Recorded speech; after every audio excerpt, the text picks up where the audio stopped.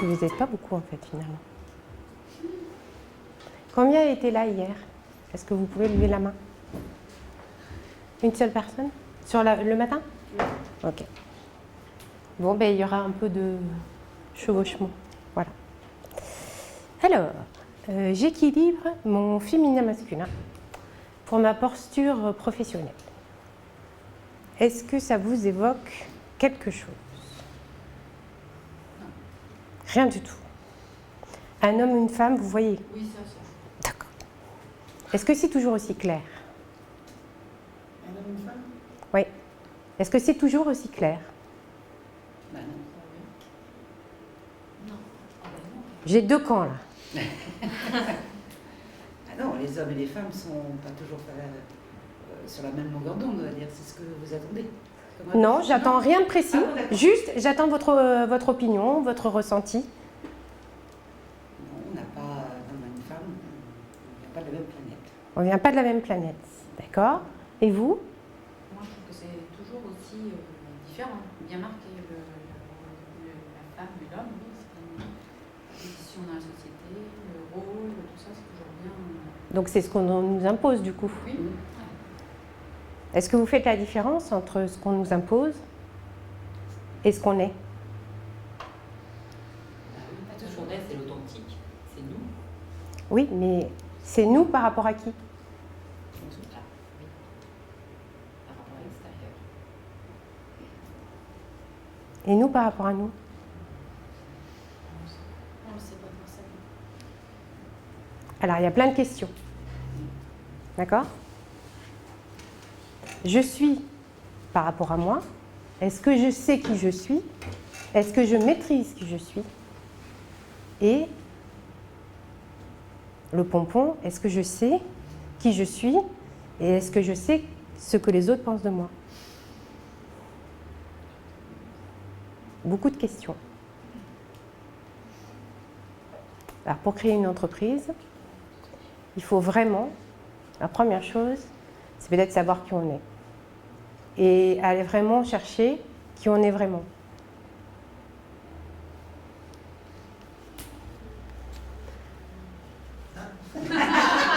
Merci donc. Au revoir. C'est bien. Merci pour votre attention. Des questions? Ouais, il faut aller dans le sens. Non, c'est l'autre sens. Ah, c'est parce que je tiens la télécommande en fait.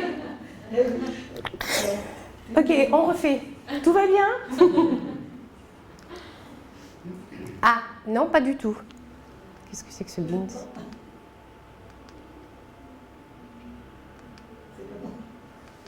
Bon, c'est pas grave. On va le faire comme ça aussi.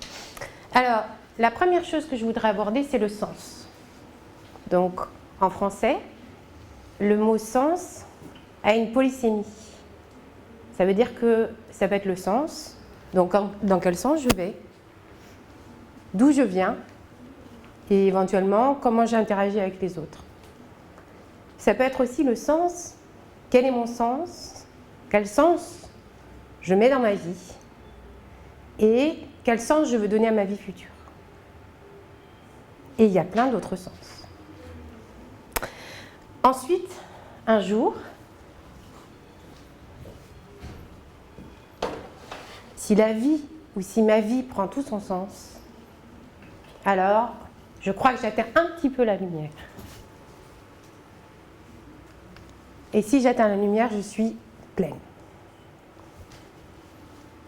Ensuite, il n'y a pas que ça. Une fois que j'ai trouvé mon sens, que je sais ce que je veux faire, que je sais qui je suis, il faut que je sache comment je m'équilibre. J'ai déjà des clés. Si je suis authentique, si je connais ma personnalité, si je suis allée vraiment très profondément dans ma personnalité, j'ai déjà les clés. Maintenant, il reste à équilibrer mon masculin et mon féminin. Parce que souvent, on l'oublie, cette partie-là. Et comme vous le disiez tout à l'heure, on a toute une partie de nous qui a été canalisée dans une voie. Si je suis une femme, est-ce que je suis obligée d'être féminine? Si je suis une femme, est-ce que je suis obligée d'être masculine pour réussir dans les affaires? Et si je suis une femme, est-ce que pour réussir, je suis obligée de séduire?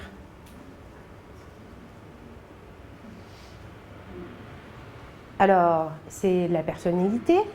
Moi, personnellement, sans doute que dans ma personnalité, comme j'ai un côté très extraverti, ça fait partie de moi, la séduction.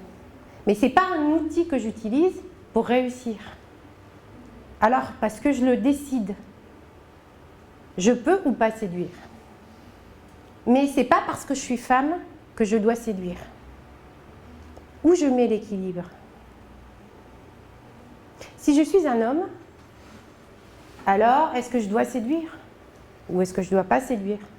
Est-ce que je dois être en force ou pas en force? Qui met le curseur? Qui décide?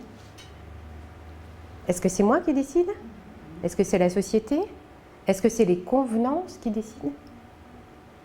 J'ai beau savoir qui je suis, si je ne sais pas comment j'agis ou comment je dois me conformer ou ne pas me conformer, alors est-ce que je n'ai pas une partie de ma liberté qui est privée? On parlera du yin et du yang, d'accord? Qui forment un tout. Alors, je voudrais qu'on arrive à l'efficience. Donc, qu'est-ce que c'est que l'efficience pour vous? C'est le nec plus ultra de l'efficacité, l'efficience. On peut être efficace, mais ne pas être efficient jusqu'au bout. Ça veut dire que si on est efficace, on est obligé d'avoir une stratégie. Mais si on décide d'utiliser un minimum de ressources, d'énergie, d'argent, de moyens, alors à ce moment-là, eh bien, on devient efficient.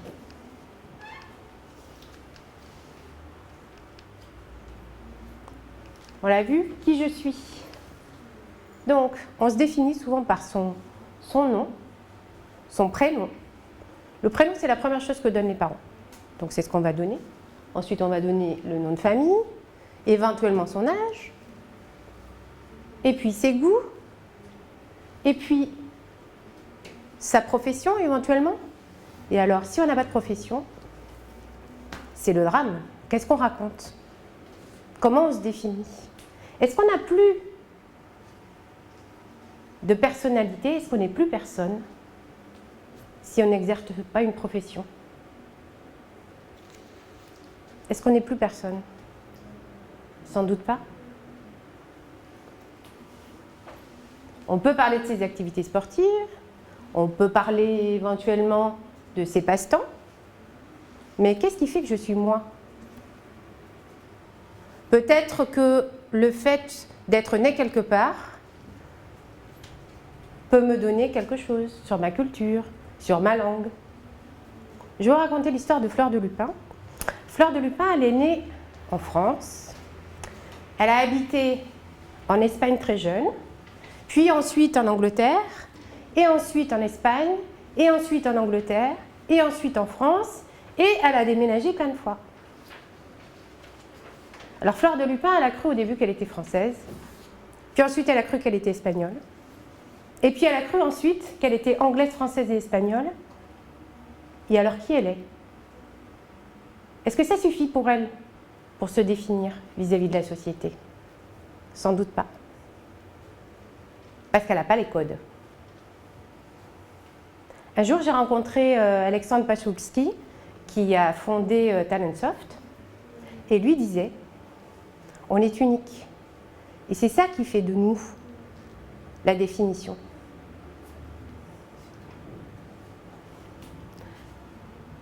Où je vis, ça donne aussi des indications. Si je vis dans un appartement, si je vis quelque part.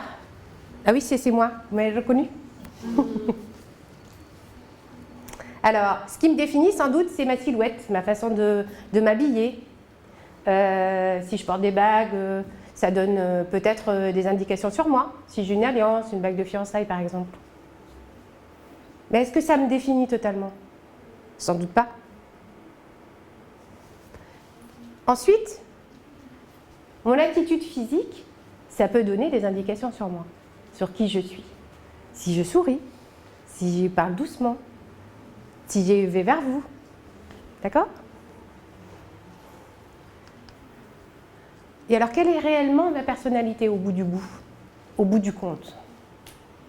Eh bien, si je pense bien me connaître, en fait, il y a des outils qui permettent, un outil qui s'appelle le MPO, qui est une étude psychométrique que j'utilise, qui permet de définir extrêmement précisément quelle est ma personnalité.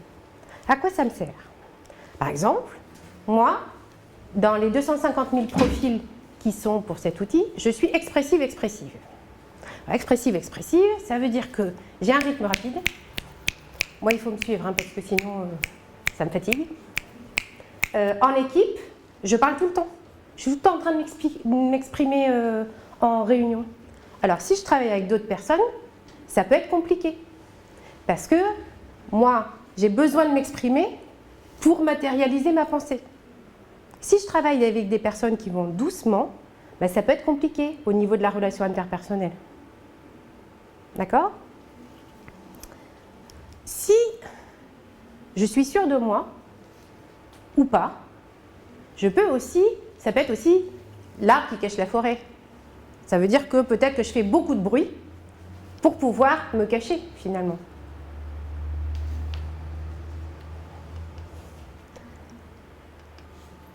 Alors maintenant, je vais vous parler des cycles pour essayer d'équilibrer. Donc on a 3 types de temps. On a le temps chronos. Le temps chronos, c'est le temps qu'on connaît depuis très très longtemps, même les Grecs l'utilisaient, c'est le temps en heures. D'accord? Heure, journée, etc. Donc ça, c'est le temps qui nous règle. Mais ça ne suffit pas pour expliquer l'équilibre. Vous savez bien, quand on change de pays, quand on change de fuseau horaire, on peut être déséquilibré à cause du temps. Si on vient des États-Unis et qu'on vient en France, on n'est pas dans le même fuseau horaire. D'accord? Ça peut expliquer des déséquilibres. Après, on a le temps kairos. Alors, kairos, c'est le temps des cycles. C'est tellement fort le temps des cycles. On compte en cycles, par exemple, les cycles du printemps, les cycles de l'année. D'accord? C'est tellement fort les cycles qu'au niveau de l'équilibre, dans une société, quand il n'y a que des femmes, elles finissent par avoir le même cycle menstruel. C'est dingue. Non mais c'est dingue, vraiment. Et pourquoi des femmes qui sont ensemble, qui vivent dans la même société, qui sont tellement différentes, elles se retrouvent à se synchroniser dans un même cycle, sans même se consulter, sans avoir le même job. C'est juste une synchronisation, une synchronicité qui se produit dans un groupe. Vous le voyez bien, quand dans des groupes d'amis, on se trouve à finir par parler le même langage et même à ne plus parler. C'est-à-dire que vous êtes avec des amis, des fois vous avez des private jokes qui sont perso. Et simplement un mot renvoie à une situation qui s'est passée, personne ne comprend. Il n'y a que vous qui comprenez. D'accord? Et on finit par s'équilibrer. Et enfin, il y a le temps ion. Le temps ion, c'est le temps qui va déterminer quelque chose. Quand vous avez passé cette porte et que vous êtes rentré dans cet atelier, il y a eu un avant et un après. Il n'y aura plus jamais d'avant. Vous re-rentrerez dans cette salle sans doute pour d'autres questions, mais pour assister à mon atelier et écouter ce que je raconte, ce sera la première et la dernière fois. Et quand il y a une prise de conscience, par exemple, en termes de coaching, il y a un avant et un après. Quand je sais qui je suis, il y a un avant et un après. Quand je monte une boîte, il y a un avant et un après. Et quand je comprends qui je suis, il y a un avant et un après. Et voilà, nos dieux. Alors, le féminin et le masculin sacré. Qu'est-ce que c'est que... Est-ce que vous connaissez ça, le féminin et le masculin sacré? Alors, le féminin sacré, c'est le fait que la femme reçoit, que la femme est immatérielle. Et le masculin sacré, c'est le fait que l'homme donne et protège. Ça, c'est sacré, c'est dans ce qui est au départ, à l'origine. Ensuite, il y a le féminin. Le féminin qu'on décrète, nous, dans nos sociétés, qui est sans doute le féminin différent en fonction de la culture. Dans les sociétés matriarcales, ce sont les femmes qui dirigent, ce sont les femmes qui décident. D'accord? Est-ce que pour autant, ces femmes-là sont masculines? Sans doute pas.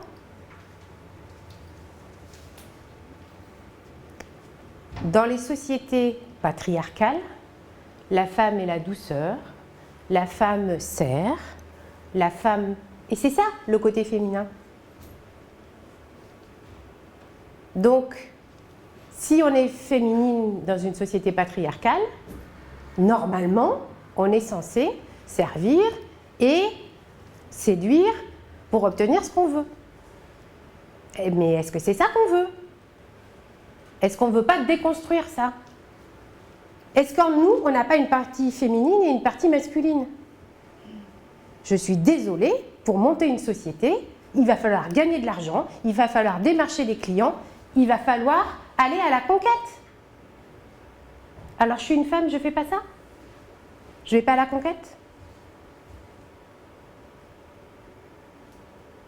Si. Sans doute. Mais de façon différente. Ou alors de façon identique. Mais est-ce que ça fait de moi un homme? Ben moi, j'ai pas envie de dire que je suis un homme. Pourtant, je fais ça. Je réseaute. Je vais à la conquête. Je vais chercher des clients. Et je parle d'argent. Parce que j'ai envie d'en vivre de mon activité. Et j'ai pas honte. Je suis une femme, je gagne de l'argent, je le vole à personne. Et j'ai envie d'être une femme qui gagne de l'argent et qui, par ailleurs, apporte tout le côté de douceur parce que ça me permettrait aussi de faire d'autres choses à côté et d'accompagner d'autres personnes. Alors, où est-ce que je trouve mon équilibre après? À partir du moment où je me connais parfaitement, je suis alignée, eh ben, je suis bien avec moi. Donc, je peux décider, quand je sors ma capacité féminine, plus en rondeur, mais ça ne fait pas de moi quelqu'un de faible. Je n'ai pas besoin d'être protégée par un homme. Mais je peux me protéger moi-même. Et je peux très bien être extrêmement masculine dans mon comportement. Pourtant, je reste une femme. Alors, est-ce qu'il y a des choses féminines et est-ce qu'il y a des choses masculines? Sans doute que oui. Mais je décide, je prends mes responsabilités et je décide que je les fais quand moi je décide de le faire. Et à ma manière. Il n'y a aucune femme qui peut décider pour une autre. Je décide, moi, comment je le fais avec moi. Mais pour ça, j'ai besoin de savoir qui je suis. Et je fais mes choix. Et c'est difficile. C'est très difficile. Choisir, c'est grandir. Et moi, je voulais rester toute petite. Moi, je l'avais dit à ma mère, moi, je veux rester toute petite. Moi, je ne veux pas choisir, je veux tout. Mais grandir, c'est choisir.